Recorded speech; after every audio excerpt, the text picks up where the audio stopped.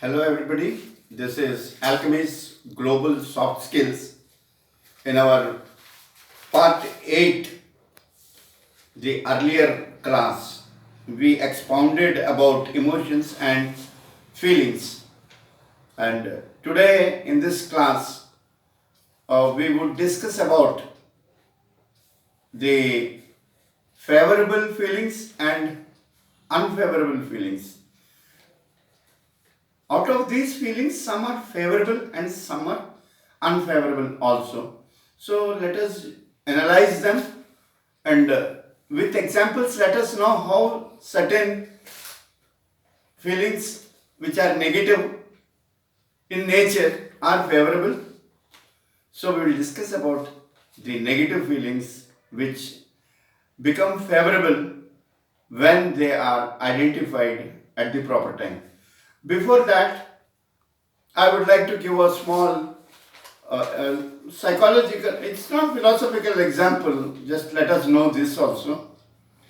The practicality of nature could manage to promote sustainable evolution for development of living beings on this earth, and humankind is one out of that.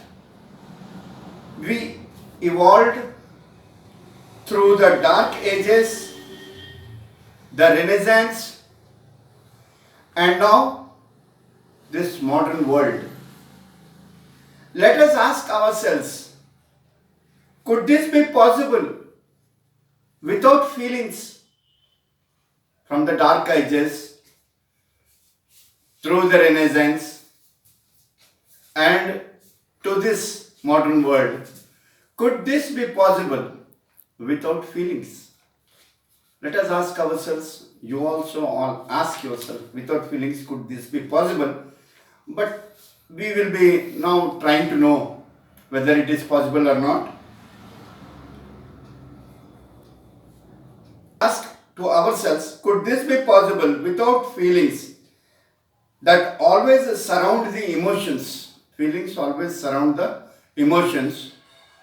And these are some favorable feelings and some are unfavorable feelings or negative feelings. This eventuality which is occurrent brought all the terrestrial kingdom and the human races to form societies, communities, and the peoples to live together. For that matter, even the plants feel to creep or stretch towards the sunshine. Even the plants feel to creep or stretch themselves towards the sunshine. That's how feelings have been recognized. That's how feelings have been it's a source of the evolution. Okay. Favorable feelings help us to rectify, amend, and correct the situation, plight, state of affairs.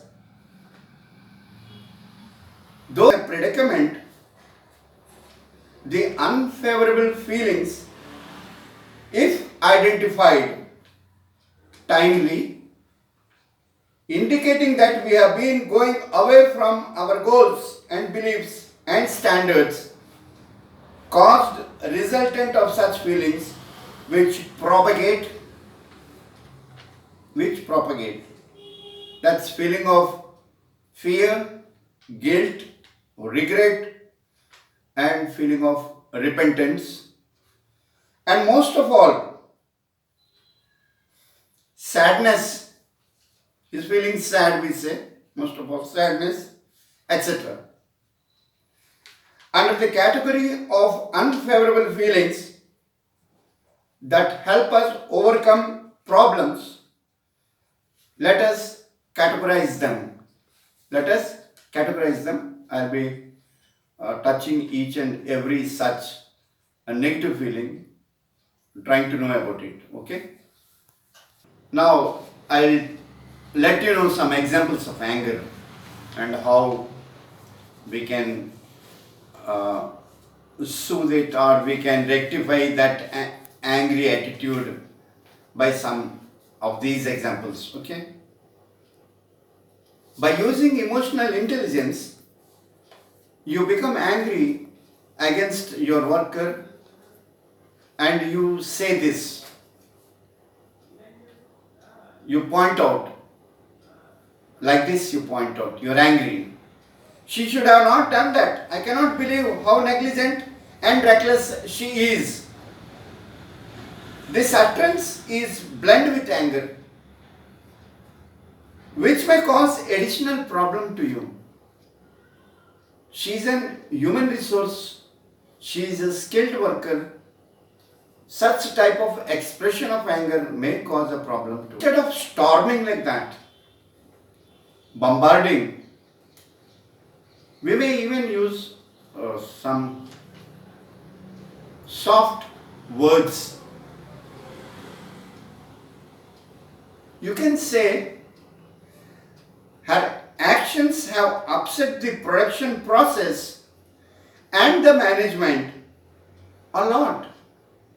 You can also say, your act of insincerity and negligence of duties bother me or worries us very much. Like that also you can say, it worries us very much, it bothers us very much, your insincerity. No sir, okay, we will do it sir. That, and when you start firing, they get hurt, their emotions, they urged, and then you have a negative effect of that. Okay, the next one. We feel that we have been losing crucial time and productivity.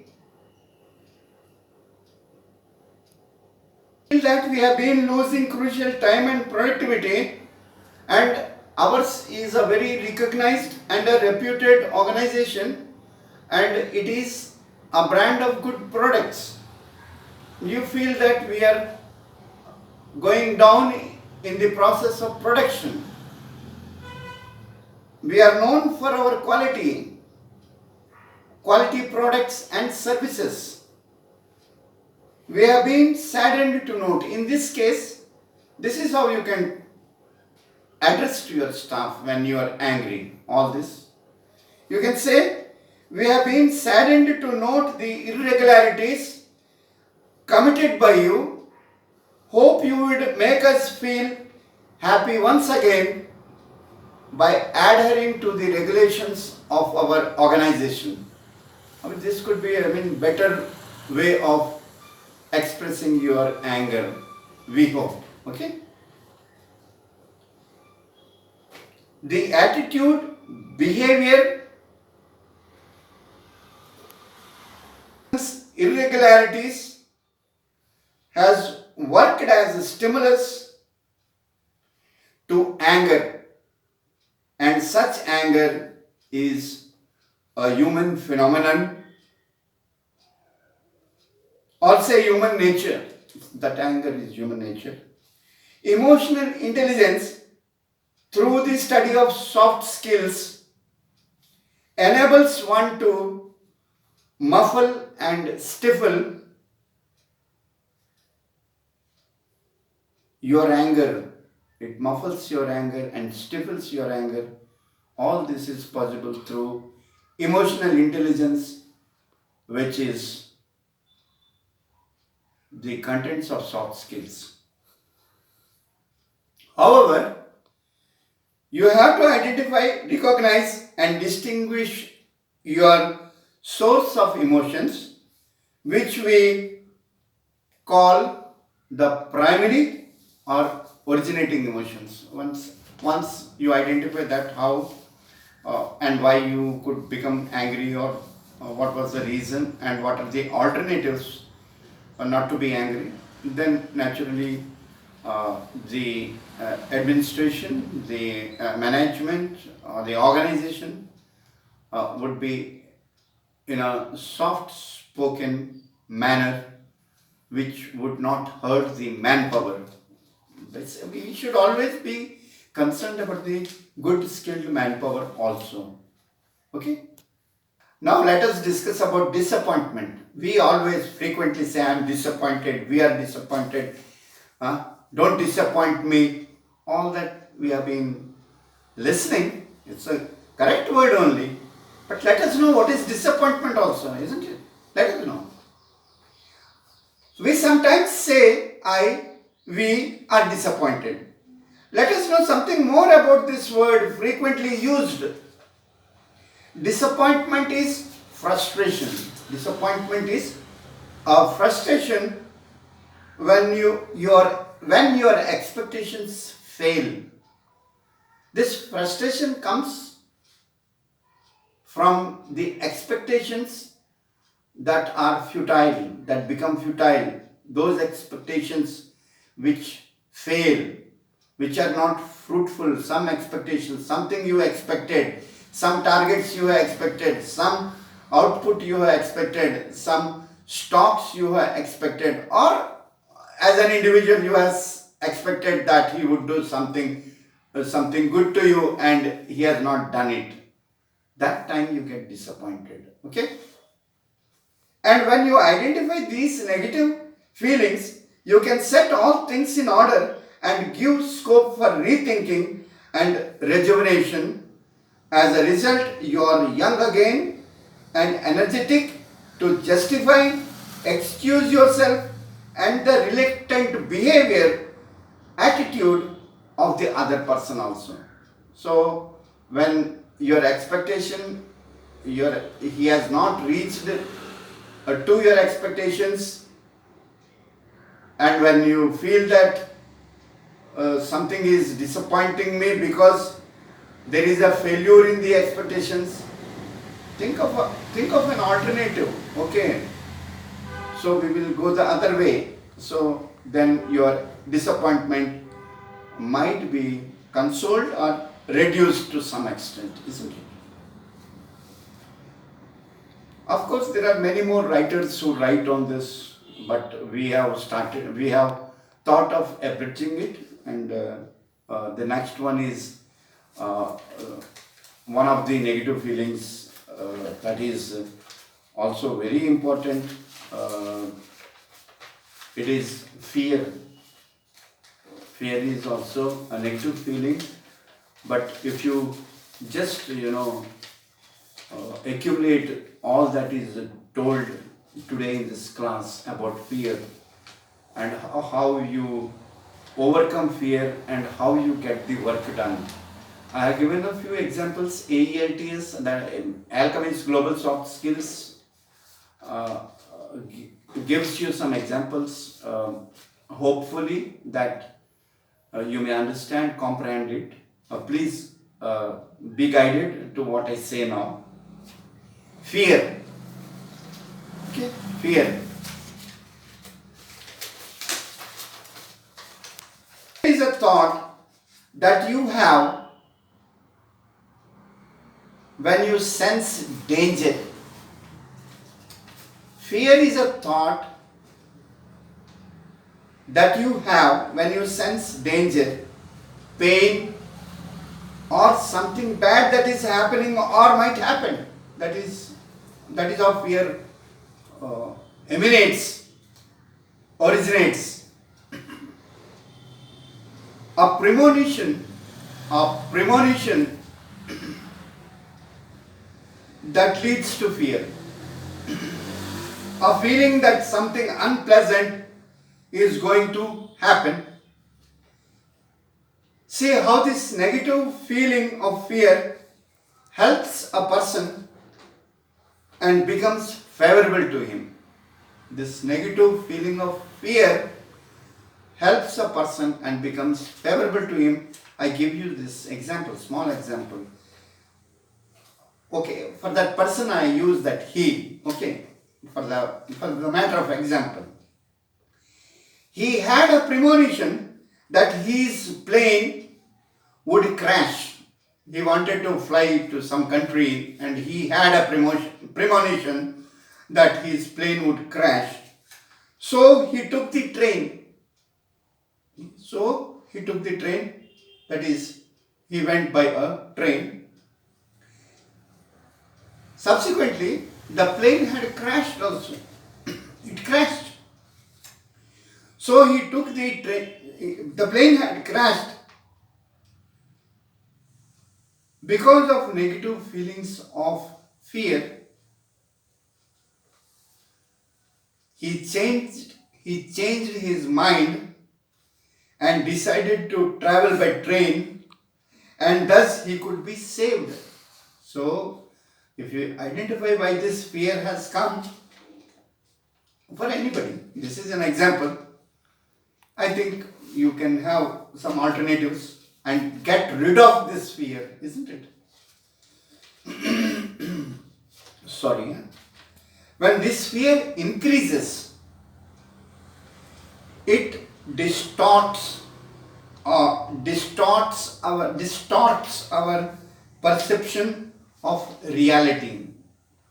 So don't let the fear increase. Immediately you find a remedy for that fear. Okay? It is up to us to capture the positive values. It is up to us to capture the positive values in fear. And when this fear is superfluity, when this fear is superfluity, that is an unnecessary or excessive large amount of a number or something, that is what I mean here. Excess of anger, an unnecessary thing, an unnecessary fear, or when fear is in excess. Okay, in simple words, when the fear is in excess, it is not needed and you are fearing for that, is excess, you may not be able to experience the positive feelings. And when this fear becomes excess and it occupies your brain, this fear so much, and it frustrates you or it irritates you, this fear, it destabilizes your thinking process, then you might not be able to find a different solution, different way to be safeguarded. Okay? Even an irrational fear, I think we know what is irrational, rational and irrational. Even an irrational fear, which is neither logical nor reasonable, is still important to give it some thought to see why it is irrational. Even some irrational, small fear also, which is irrational, that also you must give a thought to it and nip the bud in the early stage. That fear, you should get rid of that. Identifying the fear is the first step to address the feelings by either logic or sense, or from the ability to understand, recognize, value, to react to something. Now some types of fear which are not extreme in nature but are occurring moderately. They are not extreme in nature but occurring moderately, help us against problems, troubles, and act as solutions to our life's questions, puzzles, and enigmas. Let us know this. The fear of progress. You are afraid that there will be no progress either in your business or maybe in certain projects. You're afraid, there is fear of progress. So, the fear of progress going amok, uncontrolled. That progress is amok, uncontrolled. to take necessary steps to regain and recover. But the fear of progress going amok, uncontrolled, helps us to take necessary steps to regain and recover. That, why the things are going uncontrolled? You, that fear is there, that it is uncontrolled. Immediately, you take steps. You take the correct steps, recovery steps, and recover that fear. The fear of failure. The fear of failure, oh, I will fail, my business will fail, all this will be futile. That is also a fear. We are human beings, we have such fear, no doubt. But this soft skills also teaches us how to overcome them. The fear of failure, unsuccessfulness, helps us to accomplish, complete, and fulfill, to achieve the goals and targets. Even that fear also helps us. Okay, and the fear of being single. You're doing a business, you're all alone, no other business enterprises or organizations trying to help you. There is a competition, you become single. This is what I mean here. Okay, or in a game you have become single, nobody is helping you out. In your personal life you are single. So many things the single means here. The fear of being single and experiencing seclusion. You are secluded, you are made alone, put alone from the mainstream of business or society, helps us to reach negotiations. Then you feel that no, let me compromise, let me negotiate, let there be a win-win situation, let there be a win-win situation. You also succeed, I will also succeed, you also grow, I will also grow a bit, you a bit, I a bit. That is all win-win situation. And that win-win situation always comes out from negotiations, from compromise. And this compromise, what I think is the compromise in this particular dispute, for that compromise. The fear being single and experiencing seclusion from the mainstream of business or society helps us to reach negotiations, compromise. Here compromise means to settle a dispute. And then the fourth one is the fear of futurity. The future time. The futurity means the future time, a future event which is always unknown. We say in the future, but do we know the future? It's unknown. So is there not a fear of future? There is a fear of future. Even in the family, the parents bringing up the child, their fear of the future, see what will happen. There is so much of change, global changes, what they will read, how they will have their own happy family life. This is all future only, future plans we say. So there is always a fear of future. And with that fear of future, what happens, you start, constructing, you start becoming constructive, you start saving something for the future, ensuring yourself for the future. These are all the fear of future. If I die, if I am not there, who is going to look after my family? That fear. With that fear, you insure your life. With that fear that the machinery would be damaged due to certain ifs and buts, that fear compels you to insure that particular machinery. It may be a vehicle or plant and machinery, whatever it is.